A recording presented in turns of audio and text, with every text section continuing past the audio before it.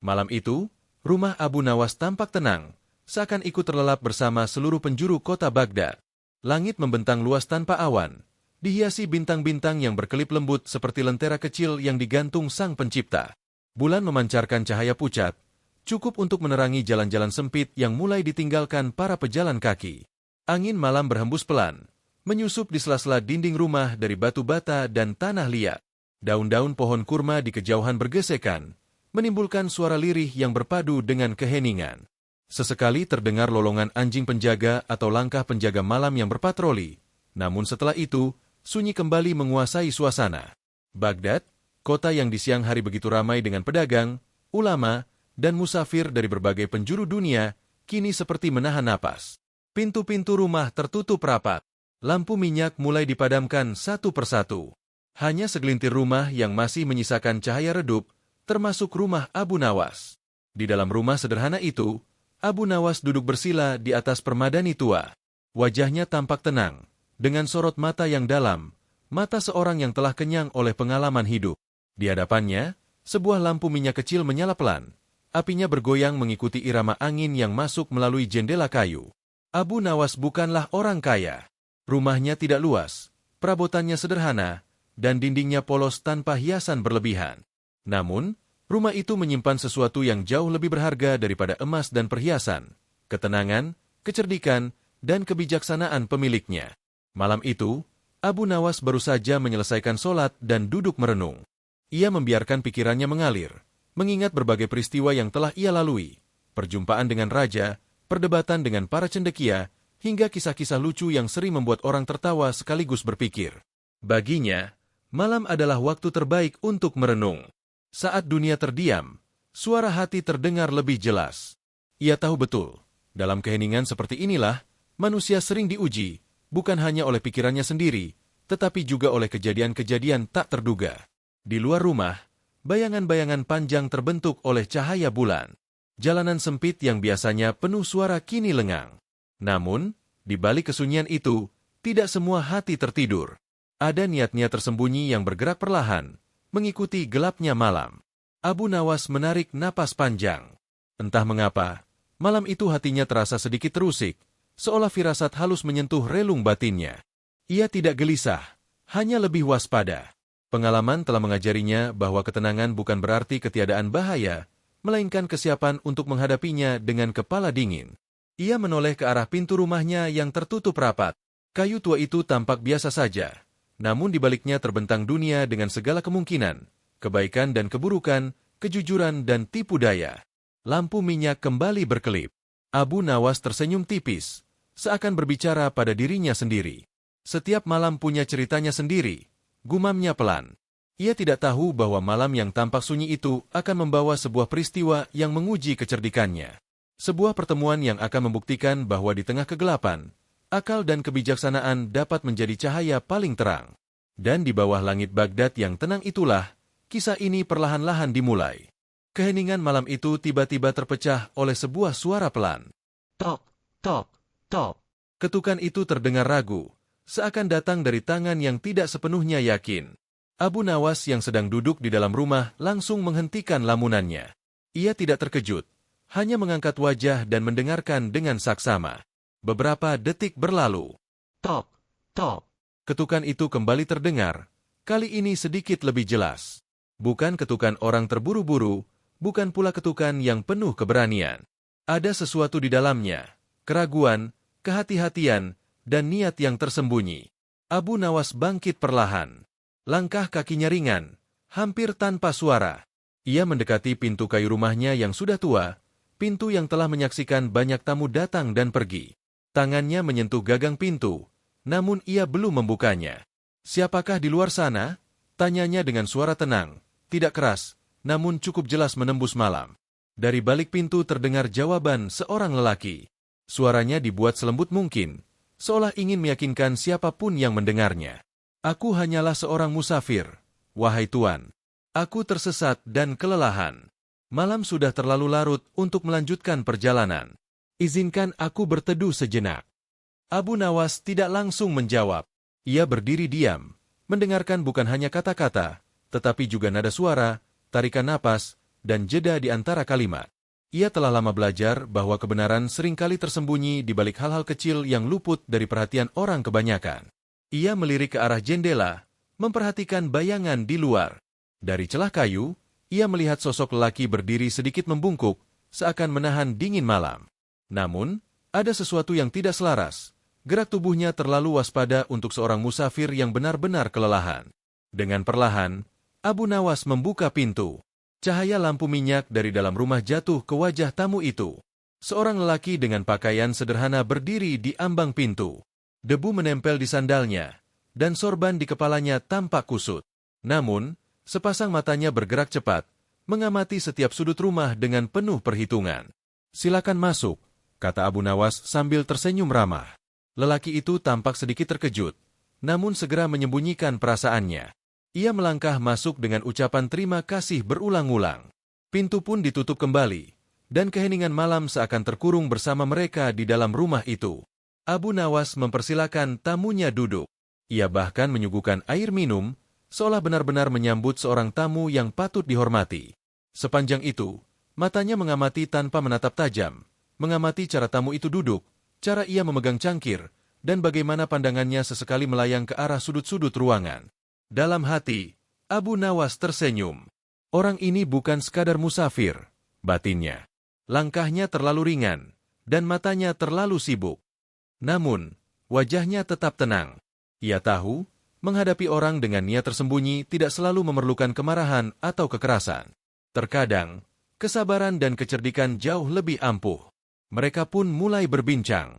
Lelaki itu menceritakan perjalanan panjang yang konon telah ia tempuh, tentang jalan yang gelap dan kota-kota yang dilewatinya. Abu Nawas mendengarkan dengan penuh perhatian, sesekali mengangguk dan tersenyum, meski ia tahu cerita itu penuh lubang. Di balik kata-kata ramah dan senyum yang ditampilkan, dua pikiran sedang bekerja dengan cara yang sangat berbeda. Satu berusaha mencari kesempatan, sementara yang lain sedang menyiapkan permainan. Malam semakin larut, lampu minyak kembali berkelip pelan, dan di dalam rumah sederhana itu, sebuah ujian kecerdikan perlahan mulai terbentuk. Lelaki itu duduk bersila di hadapan Abu Nawas, berusaha menampilkan wajah penuh rasa syukur. Senyumnya tampak tulus sekilas, namun tidak pernah benar-benar sampai ke matanya.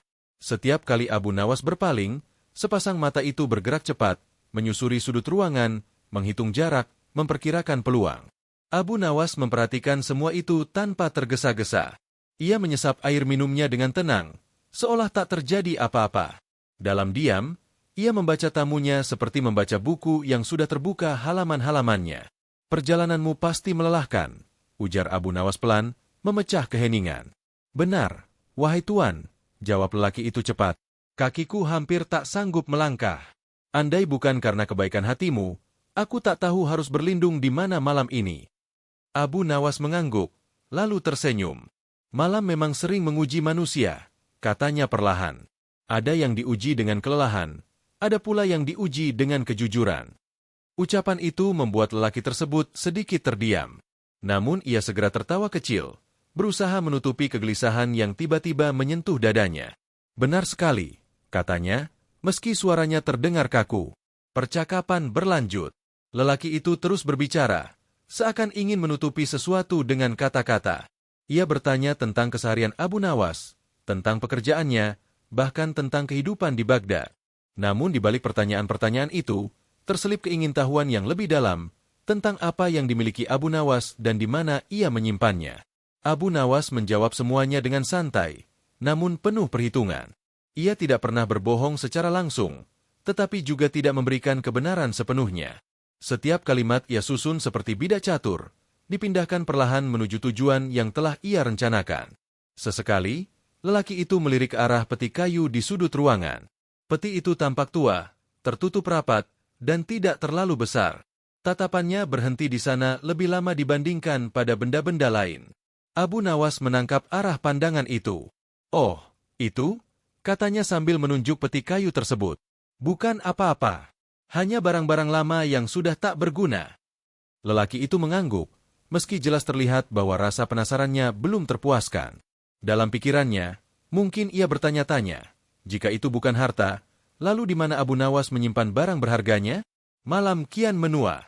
Lampu minyak semakin redup, dan bayangan mereka menari-nari di dinding. Suasana tampak tenang, namun ketegangan halus mengalir di udara, seperti benang tipis yang siap putus kapan saja. Abu Nawas lalu berdiri.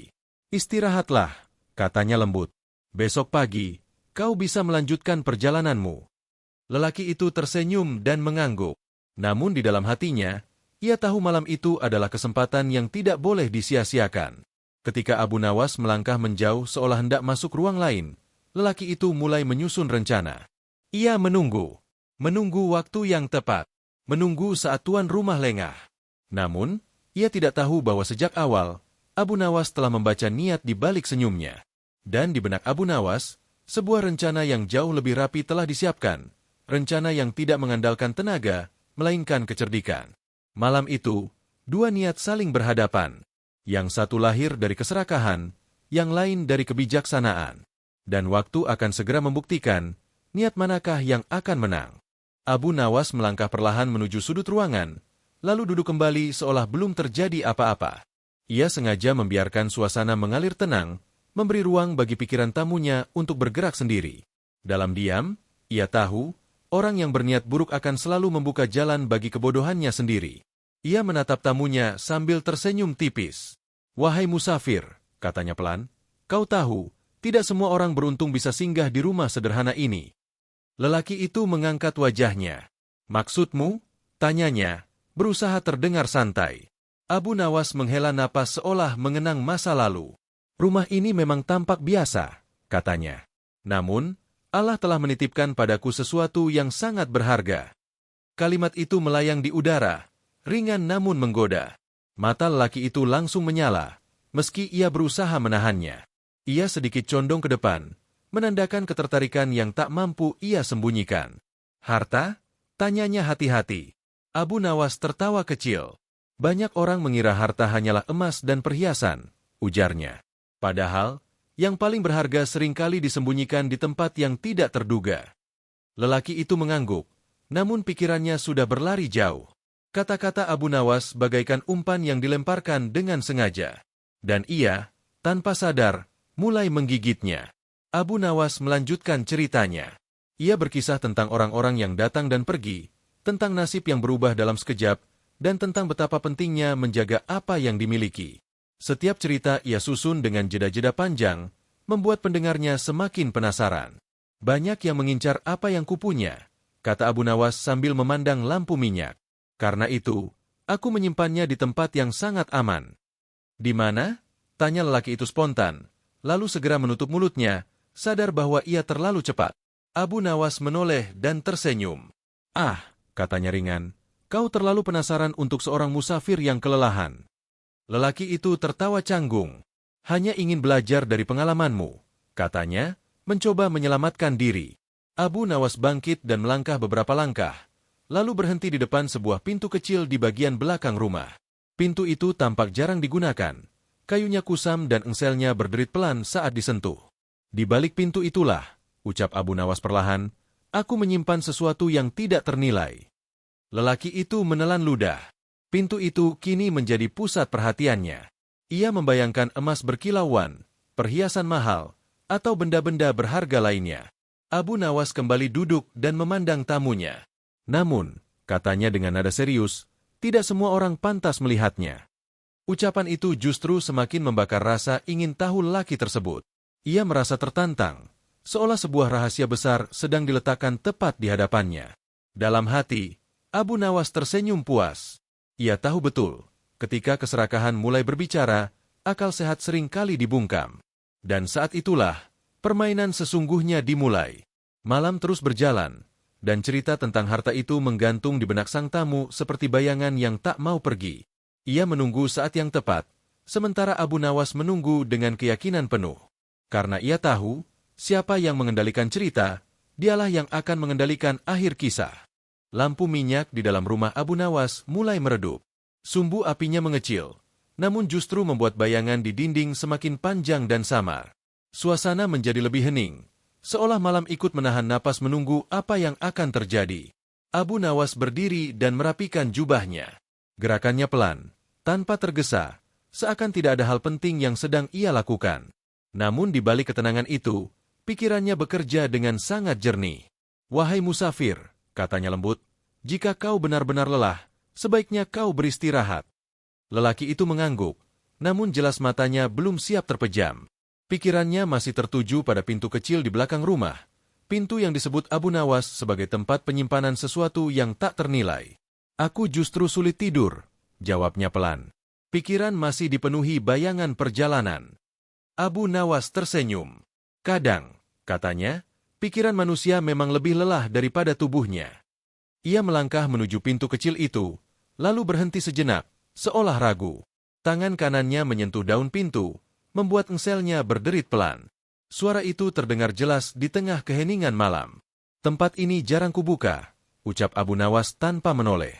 "Bukan karena aku pelit, tetapi karena aku berhati-hati."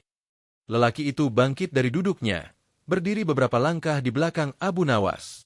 Jarak mereka tidak terlalu dekat, namun cukup untuk membuatnya bisa melihat setiap gerakan sang tuan rumah. Abu Nawas membuka pintu perlahan. Di baliknya tampak sebuah ruangan sempit, tanpa perabot mewah. Cahaya lampu minyak hanya menerangi sebagian kecil lantai dan dindingnya. "Inilah tempatnya," kata Abu Nawas tenang. Lelaki itu mengintip ke dalam ruangan. Wajahnya menunjukkan campuran antara harap dan ragu. Ruangan itu tampak terlalu sederhana untuk menyimpan harta berharga. Namun, ia teringat ucapan Abu Nawas, yang paling berharga sering disembunyikan di tempat yang tak terduga. "Masuklah," ujar Abu Nawas. "Lihat sendiri, agar hatimu tenang." Lelaki itu melangkah masuk perlahan. Langkahnya hati-hati, seperti seekor kucing yang mengendap. Matanya menyapu setiap sudut ruangan, mencari tanda-tanda kekayaan yang selama ini ia bayangkan. Abu Nawas berdiri di ambang pintu, memperhatikan dengan wajah datar. Ia tidak berkata apa-apa, membiarkan keheningan bekerja. Dalam hatinya, ia menghitung waktu, memastikan semuanya berjalan sesuai rencana. "Di mana hartanya?" tanya lelaki itu akhirnya. Suaranya terdengar bergetar antara harap dan curiga. Abu Nawas tersenyum samar. "Carilah," jawabnya singkat. Lelaki itu mulai memeriksa lantai, dinding, bahkan sudut-sudut ruangan yang gelap. Ia semakin tenggelam dalam pencariannya, lupa pada segala kewaspadaan. Saat itulah Abu Nawas melangkah mundur satu langkah. Perlahan, tanpa suara, ia menutup pintu ruangan itu. Klek! Bunyi kunci terdengar jelas. Lelaki itu terkejut dan berbalik. "Hei, apa yang kau lakukan?" serunya. Abu Nawas berdiri di luar, suaranya tetap tenang. "Aku hanya memastikan hartaku benar-benar aman." Dan di balik pintu tertutup itu, kebingungan mulai berubah menjadi ketakutan.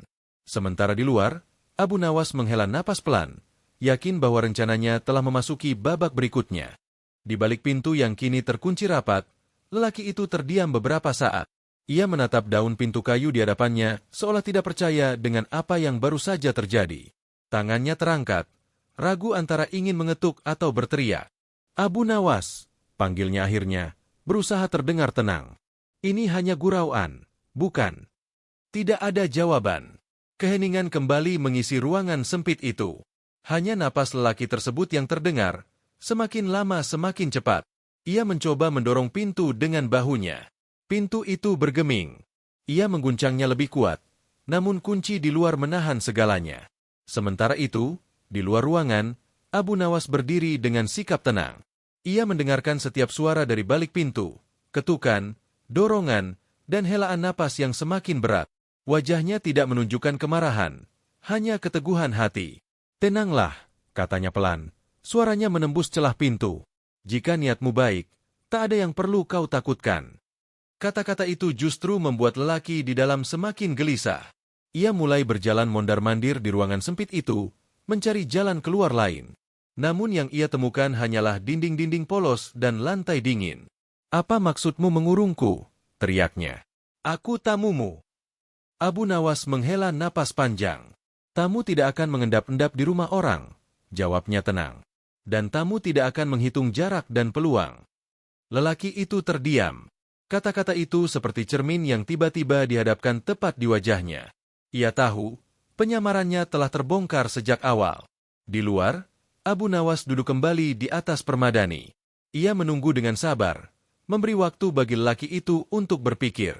Baginya, Hukuman terbaik bukanlah rasa sakit, melainkan kesadaran. Waktu berjalan perlahan. Lampu minyak hampir padam. Dari dalam ruangan, suara langkah kaki semakin jarang terdengar. Lelaki itu kelelahan, bukan hanya secara fisik, tetapi juga batin. "Apa yang akan kau lakukan padaku?" tanyanya akhirnya. Suaranya lebih rendah, tanpa kesombongan.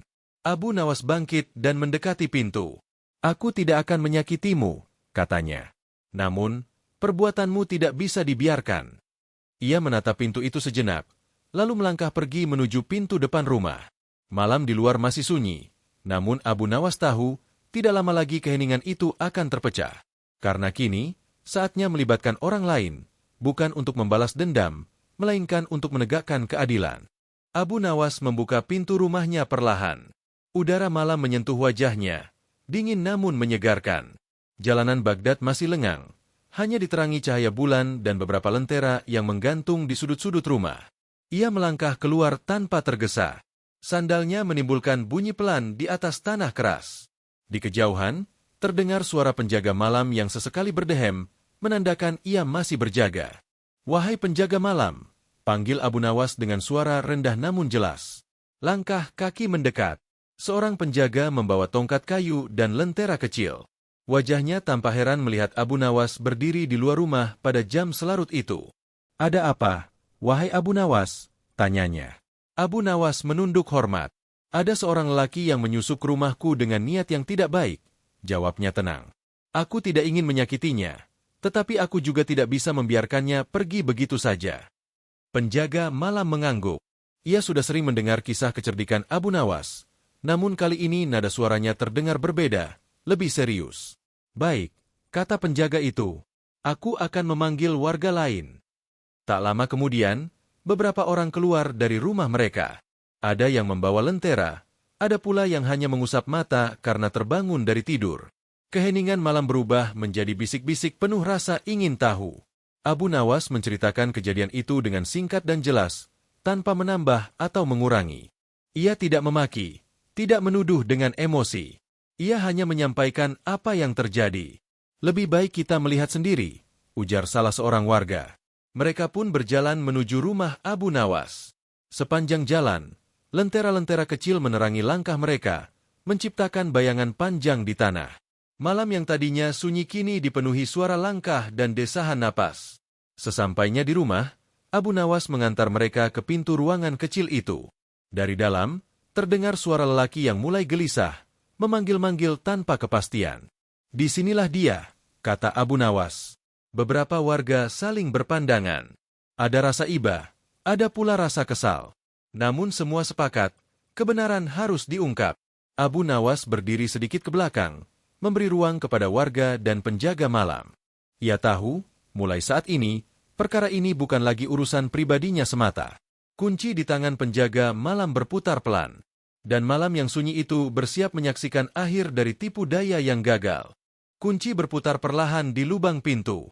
Suaranya terdengar jelas di tengah kerumunan yang mendadak sunyi. Semua mata tertuju pada pintu kayu itu, menunggu apa yang akan muncul dari baliknya. Klik. Pintu terbuka. Cahaya lentera dari tangan warga menyinari ruangan sempit di dalam. Di sana, lelaki yang mengaku sebagai musafir berdiri dengan wajah pucat. Sorot matanya tak lagi lincah seperti sebelumnya. Kini, ia tampak seperti orang yang kehabisan jalan keluar. Ia mundur selangkah, seolah ingin bersembunyi di balik bayangan. Namun ruang itu terlalu sempit untuk menyembunyikan apapun, termasuk niat buruk yang sejak awal ia bawa. "Keluar," ujar penjaga malam dengan suara tegas. Lelaki itu melangkah pelan keluar ruangan. Langkahnya berat, bahunya tertunduk. Tak ada lagi senyum ramah. Tak ada lagi kata-kata manis. Yang tersisa hanyalah wajah seorang manusia yang tertangkap basah oleh perbuatannya sendiri. Beberapa warga menatapnya dengan heran. "Bukankah kau yang tadi mengaku musafir?" tanya salah seorang dari mereka. Lelaki itu terdiam. Bibirnya bergetar, namun tak satu kata pun keluar. Diamnya justru menjadi jawaban paling jujur. Abu Nawas melangkah maju. Ia menatap lelaki itu dengan pandangan tenang, bukan marah, bukan pula merendahkan. "Sejak kapan musafir mengamati setiap sudut rumah orang lain?" tanyanya lembut. Lelaki itu menghela napas panjang. Kekuatan yang tadi ia pertahankan runtuh perlahan. Aku lapar, katanya akhirnya. Aku miskin. Dan aku tergoda.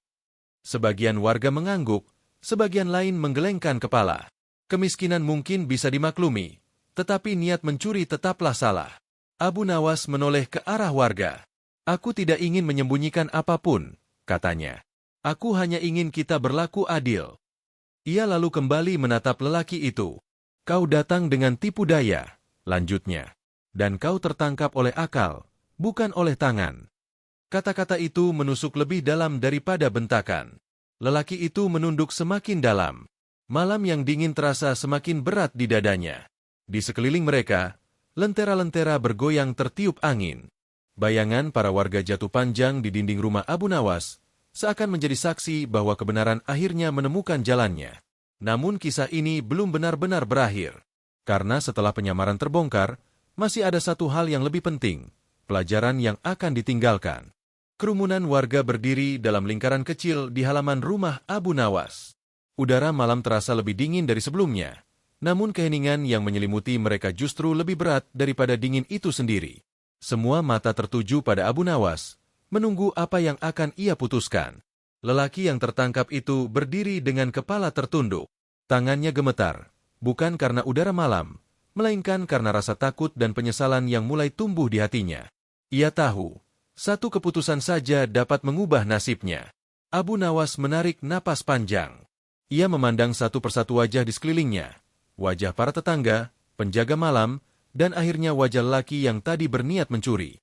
Dalam pandangannya, tidak ada amarah, hanya kejelasan.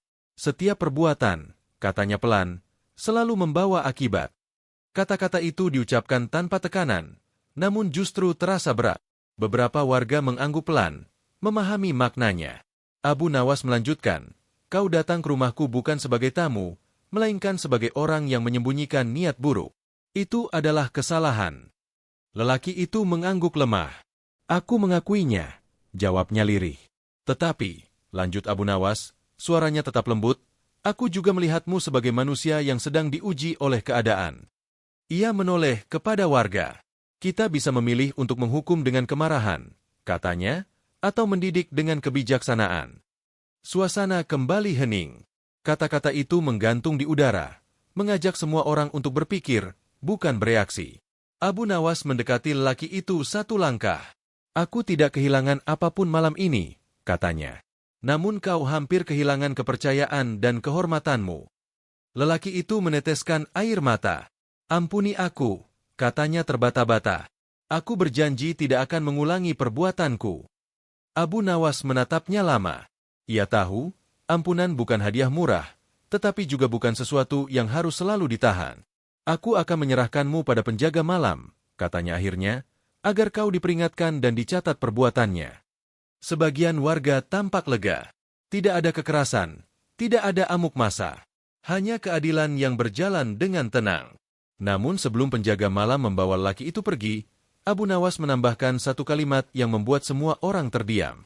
Dan setelah itu, katanya, aku akan memberimu makanan dan bekal agar kau bisa pulang tanpa harus mencuri lagi. Lelaki itu tertegun. Ia mengangkat wajahnya, tak percaya dengan apa yang baru saja ia dengar. Di tengah malam yang dingin, kebijaksanaan Abu Nawas terasa seperti cahaya yang menghangatkan. Langit Baghdad mulai berubah warna. Gelap pekat perlahan memudar, digantikan semburat biru keabu-abuan yang menandai datangnya fajar. Angin malam masih berhembus, namun tidak lagi sedingin sebelumnya. Malam yang panjang itu hampir berakhir. Di halaman rumah Abu Nawas, warga mulai berpamitan satu persatu. Lentera-lentera dimatikan, langkah kaki menjauh, dan keheningan kembali menguasai lingkungan itu. Namun keheningan kali ini terasa berbeda, bukan sunyi yang menegangkan, melainkan sunyi yang penuh perenungan. Penjaga malam membawa lelaki itu pergi, sesuai keputusan yang telah disepakati. Tidak ada teriakan, tidak ada paksaan. Hanya langkah-langkah pelan dan wajah-wajah yang menyimpan pelajaran. Abu Nawas berdiri di ambang pintu rumahnya, memperhatikan mereka pergi. Di tangannya, ia membawa sebungkus kecil berisi makanan dan sedikit bekal. Ia menyerahkannya kepada penjaga malam untuk diberikan setelah urusan selesai. Setiap orang berhak mendapat kesempatan untuk berubah, katanya pelan. Setelah semua kembali tenang, Abu Nawas masuk ke dalam rumahnya. Lampu minyak yang hampir padam kini benar-benar mati. Namun cahaya fajar mulai menyelinap melalui jendela kayu, menerangi ruangan sederhana itu. Ia duduk kembali di tempat semula, di atas permadani tua. Malam yang sunyi telah memberinya satu lagi pelajaran, bahwa kecerdikan tanpa kebijaksanaan hanya akan melahirkan kesombongan, dan kebijaksanaan tanpa kasih sayang akan kehilangan maknanya. Abu Nawas menutup matanya sejenak. Ia bersyukur, bukan karena berhasil menipu pencuri, melainkan karena mampu menghadapi kejahatan tanpa menjadi jahat. Ia tahu, kemenangan sejati bukanlah saat orang lain jatuh, tetapi ketika nilai kebaikan tetap berdiri tegak. Di luar, suara burung pagi mulai terdengar. Baghdad perlahan terbangun, bersiap menyambut aktivitas baru, seolah tidak pernah tahu bahwa malam tadi telah menjadi saksi sebuah kisah penuh makna. Dan dari rumah sederhana itu, sebuah pelajaran pun mengalir. Bahwa kecerdikan harus disertai kebijaksanaan. Bahwa ketenangan dapat menundukkan niat buruk. Dan bahwa dalam kegelapan sekalipun, manusia selalu punya pilihan untuk menyalakan cahaya. Kisah Abu Nawas pun berakhir. Namun pesan dari malam sunyi itu akan terus hidup, selama manusia masih mau belajar dari akal dan hati.